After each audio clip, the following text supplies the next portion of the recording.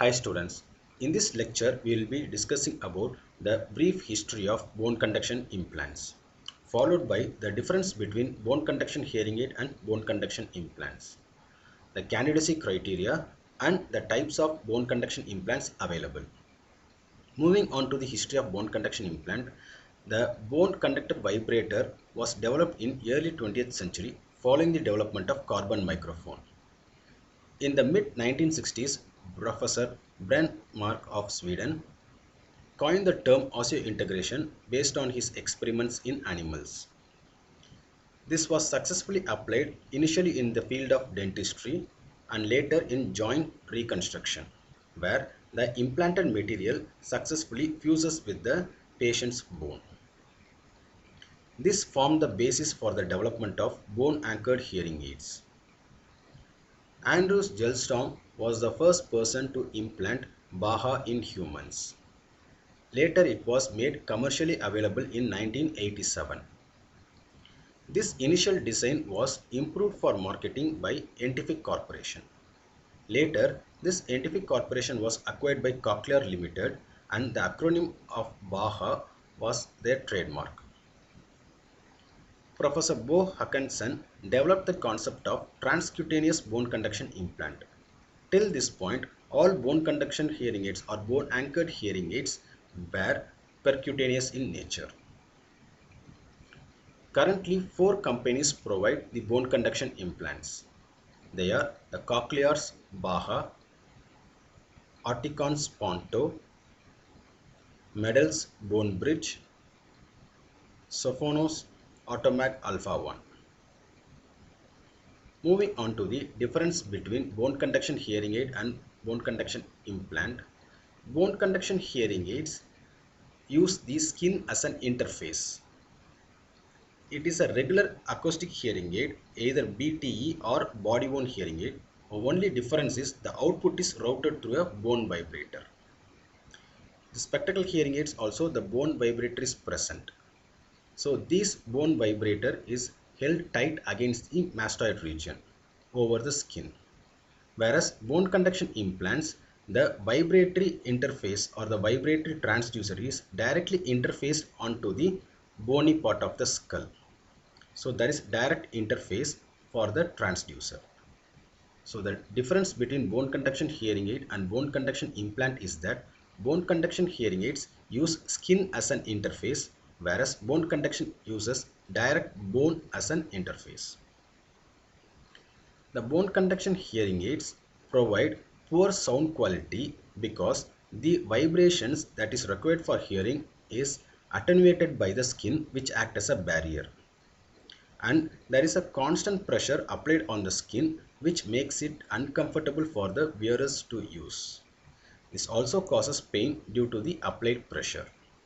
Whereas in bone conduction implants, there is a direct interface of the vibratory transducer into the bone.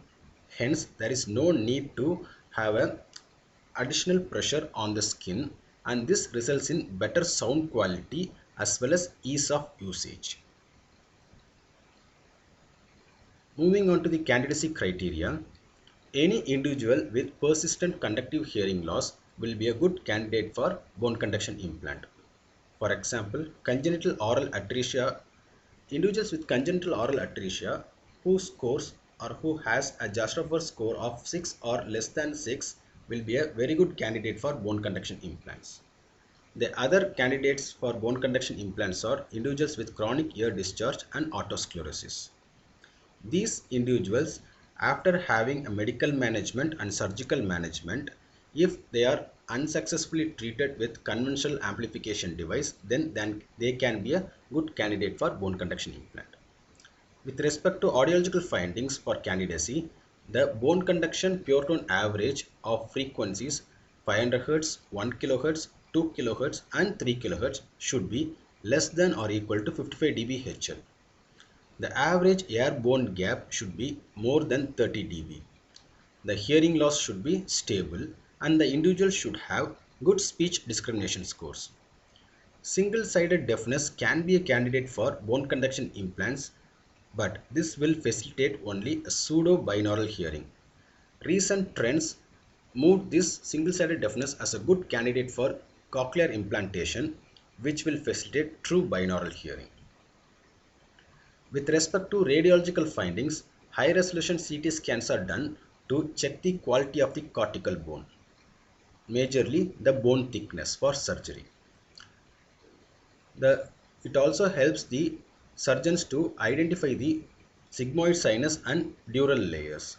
Also to identify the location for the placement of bone conduction implant fixture. MRI scans are done to rule out retrocochlear lesions. Moving on to the types of bone conduction implants, we have percutaneous bone conduction implant and transcutaneous bone conduction implants. In percutaneous bone conduction implants, the implant protrudes out of the skin. This results in higher risk of granulations and peri-implant infections. The processor cannot be loaded until the osseointegration happens between the individual's bone and the implant.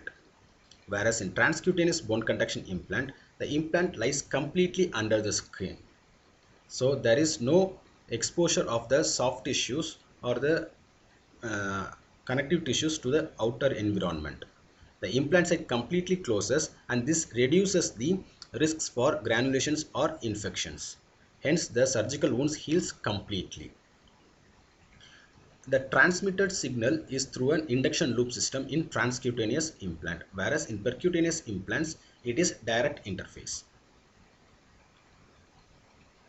These are the examples of different types of bone conduction implant. The first column is a Ponto device.